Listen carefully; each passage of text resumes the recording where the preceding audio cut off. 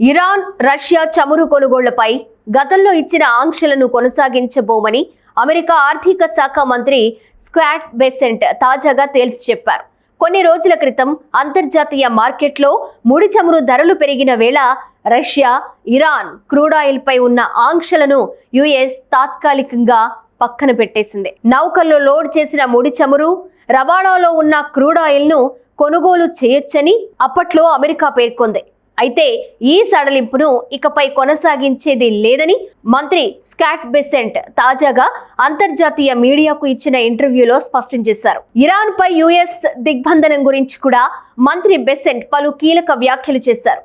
America దిగ్బంధనం కారణంగా Iran నుంచి crude oil ఎగుమతులు నిలిచిపోయాయని అన్నారు. మరికొన్ని రోజుల్లో క్రూడ్ ఆయిల్ వెలికితీతకు ఇరాన్ ఫుల్ స్టాప్ పెట్టాల్సి ఉంటుందని అన్నారు. ఇరాన్ ఆయిల్ పరిశ్రమపై ఇప్పటికే యుఎస్ పలు ఆంక్షలు విధించింది. చైనాను కట్టడి చేసేందుకు ప్రయత్నిస్తోంది.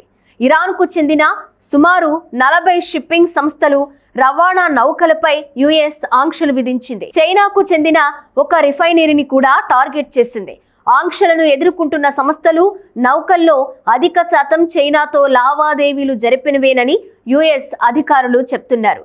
ఇక ఇరాన్ ముడి చమురు ఎగుమతులకు కీలకమైన నెట్వర్క్ లో ఇవి భాగమని అన్నారు. ఇరాన్ కు ప్రధాన ఆదాయ వనరు అయిన ముడి చమురు రంగం నుంచి వచ్చే నిధులే గల్ఫ్ ప్రాంతంలో అస్థిరతకు ఆజ్యం పోస్తున్నాయని యుఎస్ ఆరోపిస్తోంది. ఇతర సంస్థలను అడ్డు పెట్టుకుని ముడి చమురును ఎగుమతి చేస్తున్న ఇరాన్ కు చెక్ పెట్టేందుకు నిర్ణయాత్మక చర్యలను తీసుకుంటున్నామని అమెరికా ఆర్థిక శాఖ ఇటీవల ఒక ప్రకటనలో తెలిపింది.